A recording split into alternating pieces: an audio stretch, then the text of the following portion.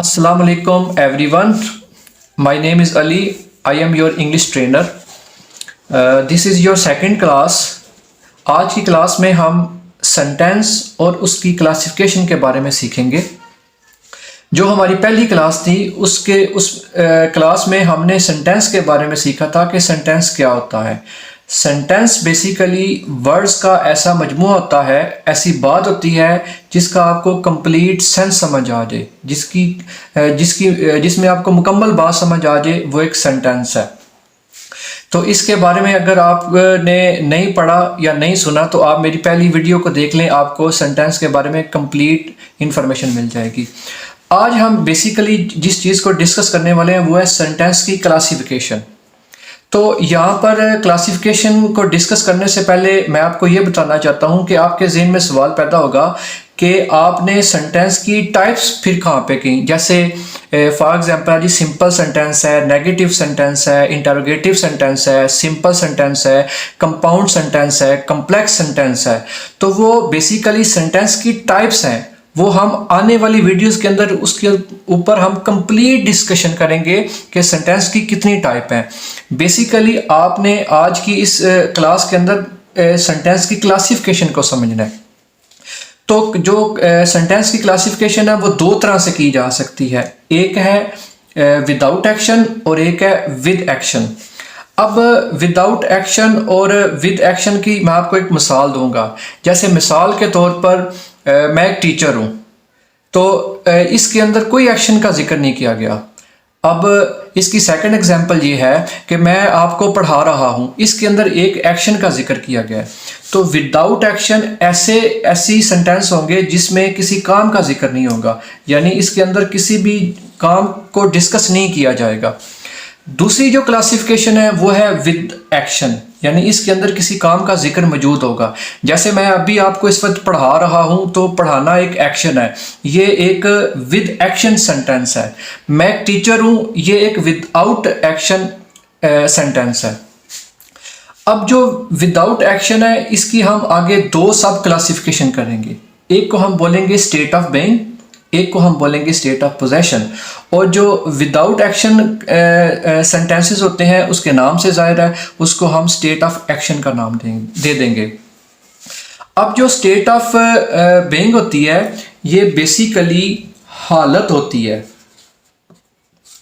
और जो state of possession है इसके अंदर मलकियत का जो है वो जिक्र किया जाएगा। और जो स्टेट ऑफ एक्शन है इसके अंदर किसी काम, किसी फेल या किसी अमल का जो है वो जिक्र होगा। तो जो स्टेट ऑफ बीइंग होती है इसके अंदर आपको हमेशा इंफॉर्मेशन मिलेगी। इंफॉर्मेशन किसके बारे में इंफॉर्मेशन मिलेगी? वो आपको इंफॉर्मेशन मिलेगी किसी भी नाउन के बारे में। जो स्टेट ऑफ पोजेशन होगा उसमें आपको ओनरशिप मिलेगी। ओनरशिप का मतलब होता है किसी चीज़ का मालिक होना, किसी चीज़ का मालिक होना। और इसके अंदर जो ओनरशिप होगी वो भी हमेशा किसी नाउन की ओनरशिप को डिस्कस किया जाएगा।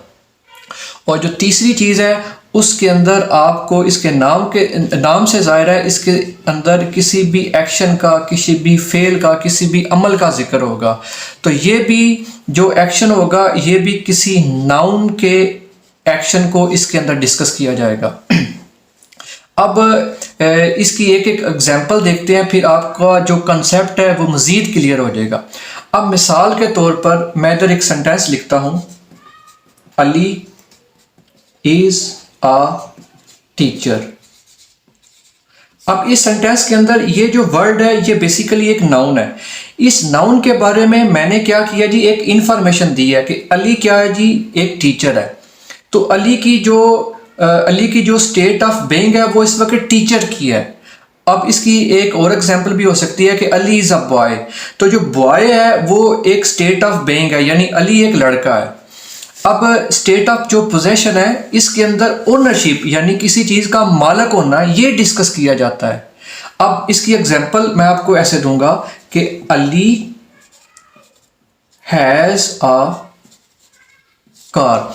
अब इसके अंदर जो नाउन है वो क्या है जी, अली है। अब अली की इधर ओनरशिप को डिस्कस किया गया है कि जो अली है उसके पास एक कार है। तो जो स्टेट ऑफ पोजेशन होते हैं उसके अंदर जो नाउन की ओनरशिप होती है, यानी जो मलकियत होता है, किसी चीज़ का मालिक होना, उसको डिस्कस किया जाता है। अब इसकी जो लास्ट क्लासिफिकेशन है वो है state of action.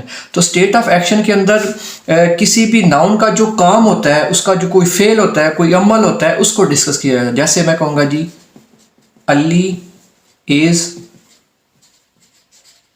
Teaching English, कि अली जो है वो इस वक्त इंग्लिश पढ़ा रहा है। यानी इसके अंदर हमने जो अली है वो एक नाउन है, उसकी एक यानी उसका जो काम है, उसका जो फेल है, जो उसका अमल है, उसको डिस्कस किया है। तो डियर स्टूडेंट्स, ये जो तीन मैंने क्लासिफिकेशन की हैं, state of being, state of possession, state of action. अब इन तीन क्लासिफिकेशन के बाद, यानी इनके बाद जो इंग्लिश है, इसके बाद कोई इंग्लिश नहीं है। जितनी भी इंग्लिश है वो सारी की सारी या स्टेट ऑफ बीइंग या स्टेट ऑफ पोजेशन या स्टेट ऑफ एक्शन के अंदर जो है जी वो मौजूद है। अब जब आप स्टेट ऑफ बीइंग आपको समझ आ गया, स्टेट ऑफ एक्शन समझ, स्टेट ऑफ पोजेशन का कंसेप्ट समझ आ गया, स्टेट ऑफ एक्शन का समझ आ गया, आगे जो मेरी आने वाली वीडियोस होंगी उसके अंदर जो आगे टाइप्स ऑफ सेंटेंस है उसको मैं डिस्कस करूंगा कि सिंपल सेंटेंस कैसे, सिंपल सेंटेंस क्या होता है, नेगेटिव सेंटेंस क्या होता है, इंटरोगेटिव सेंटेंस क्या होता है, कंपाउंड सेंटेंस क्या होता है, जो आपका कंपाउंड कम्प्लेक्स सेंटेंस क्या होता है, वो हम आने वाली वीडियोस के अंदर डिस्कस करेंगे। तो आज की इस क्लास के अंदर हमने ये बात डिस्कस की है कि जो सेंटेंस है उसकी जो क्लासिफिकेशन है उसके बारे में हमने आज जो है वो हमने ये बात सीखी है। तो जो मेरी जो अब इसके बाद जो नेक्स्ट क्लास होगी उसके अंदर हम जो स्टेट ऑफ बीइंग है उसको इन डिटेल समझने की कोशिश करेंगे, और स्टेट ऑफ बीइंग का जो कंप्लीट इस्तेमाल है इंग्लिश के अंदर उसको हम जो है वो सीखने की कोशिश करेंगे। तो अगर आप मेरे चैनल के ऊपर नए हैं तो आपसे रिक्वेस्ट है आप मेरे चैनल को सब्सक्राइब कर दें और आगे जो लोग हैं उनके साथ शेयर कर दें। Thank you so much.